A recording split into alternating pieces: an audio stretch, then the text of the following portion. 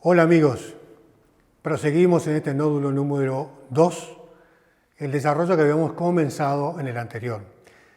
Recuerdan que en esa breve introducción hablamos al final de la importancia que tenía definir a la economía como política, es decir, es economía política. Está referida a los intereses, a veces contradictorios, a veces incluso antagónicos, de las distintas clases sociales que configuran una sociedad moderna. En algún minuto vamos a ver un poco más en detalle todo esto, pero alcanza para, plantear esta situación. La economía, decíamos, no es neutra, es decir, la economía política atiende intereses, busca determinados objetivos que a veces se logran por lo general para todos y otras veces tienen una referencia específica a un sector o a una clase social. Por ejemplo, hay que tomar decisiones siempre. Entonces, una decisión es, ampliamos el área de cultivo en el Amazonas para que haya más plantaciones de tal cosa o pastoreo de animales, o, por el contrario, la mantenemos por una razón de equilibrio ecológico, digamos, que no solo abarca a la región, sino a todo el planeta. Bien, esa es una explicación un poco gruesa de por qué esto tiene que ser mirado de ese modo.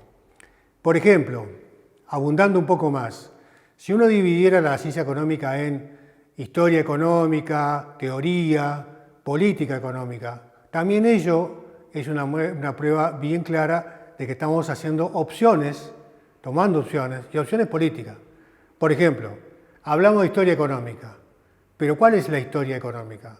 Vamos a seleccionar unas cosas que nos parecen que son relevantes y otras van a ser dejadas de lado. Esa es una opción de tipo económico, de tipo político, perdón.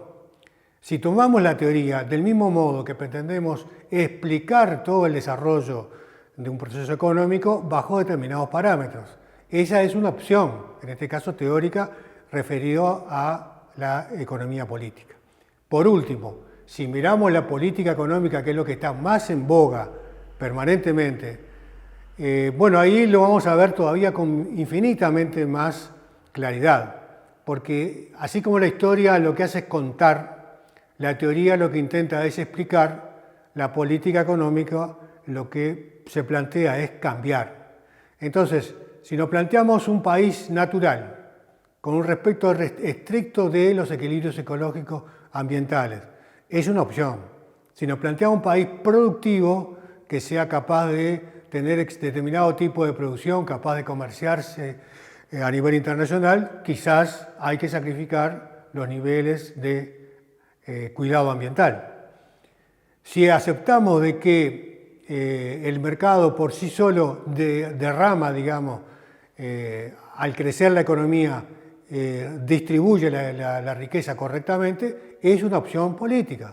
Y si pensamos que el solo crecimiento no garantiza una buena distribución de la riqueza generada, quizás o seguramente el Estado o la sociedad de algún modo tiene que plantearse entonces redistribuir conscientemente esa riqueza generada. Es más, ya hay quienes, y lo vamos a ver en detalle un poco más adelante, ya hay quienes dicen que no hay que crecer más, que el planeta no resiste más un desarrollo productivo que queme tanta energía y consuma tantas materias primas, sino que lo que hay que hacer es distribuir racionalmente las cosas y con eso tendríamos un planeta habitable y una sociedad mejor.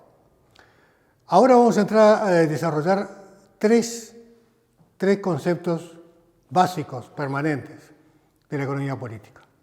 Desarrollar, quizá no tanto, plantearlos. Concepto número 1, la necesidad. Número 2, el trabajo.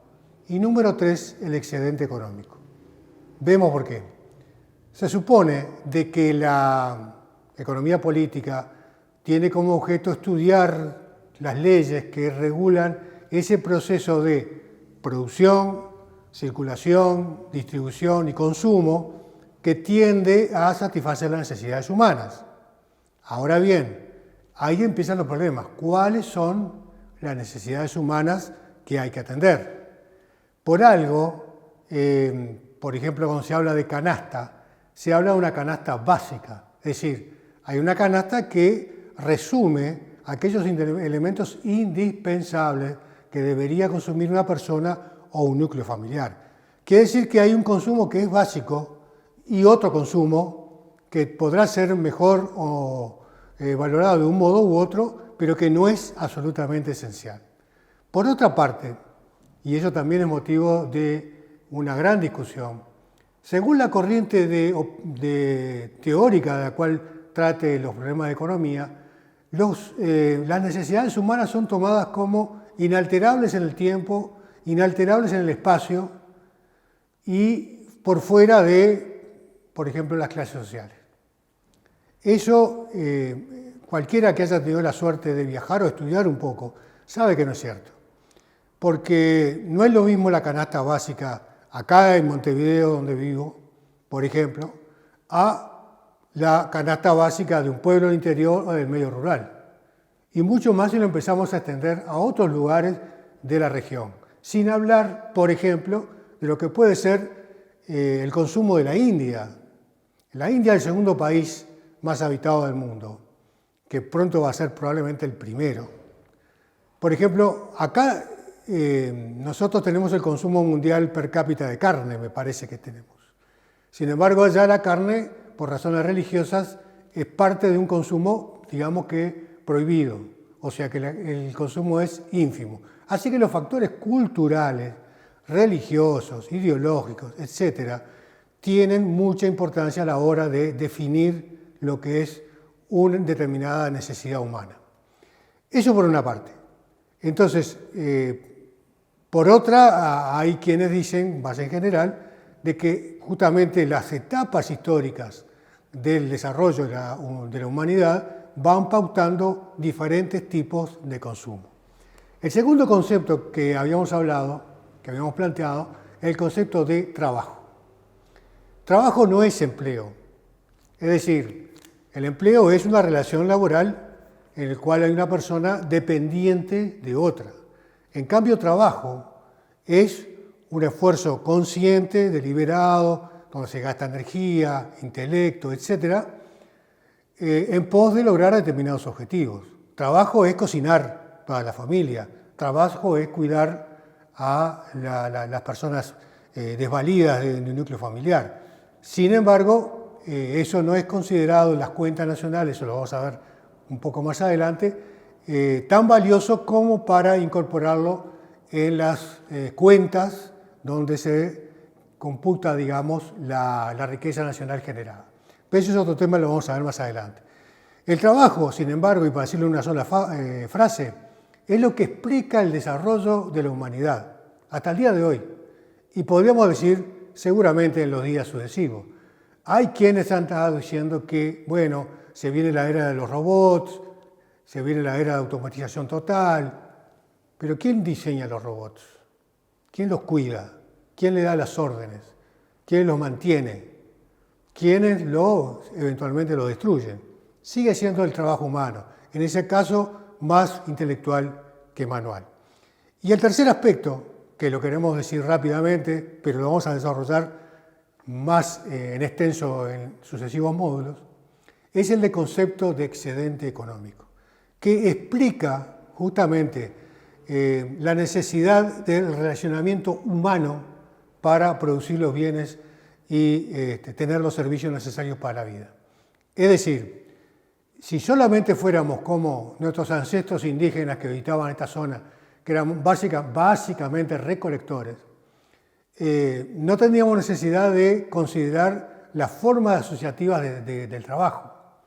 Eran un estadio muy primitivo, pero todo lo que vino después, las civilizaciones antiguas, el esclavismo, el feudalismo, el capitalismo con el cual vivimos, todo se explica por el trabajo. Mejor dicho, por el trabajo produciendo excedente económico. Es decir, cuando en las comunidades más antiguas empezó a haber un exceso de algo, por ejemplo, porque lograron empezar a cultivar alguna cosa, o se especializaron a través del desarrollo de algún tipo de herramienta útil, pescar más de determinadas cosas. Eso le dio un exceso, una sobra que pudieron, por ejemplo, comerciar. Y si eso era redituable, digamos, el esfuerzo pagaba, por decirlo así, entonces empezó a haber una especialización por sexo, por edad, etcétera, por la cual algunos empezaron a ser cazadores, otros empezaron a ser agricultores y otros tuvieron tiempo, por ejemplo, para empezar a producir elementos de trabajo, elementos para la casa, elementos para el ajuar personal. Y además, en definitiva, terminó por ser la base del intercambio de una comunidad con otra, que hasta el día de hoy sigue siendo el o uno de los vehículos, digamos, más relevantes para el intercambio cultural, para el intercambio científico y tecnológico. Si será importante entonces establecer la cuantía del excedente económico, la distribución de esa riqueza generada por una comunidad y el uso final que se le da. Pero eso lo vamos a ver en los sucesivos módulos. Gracias.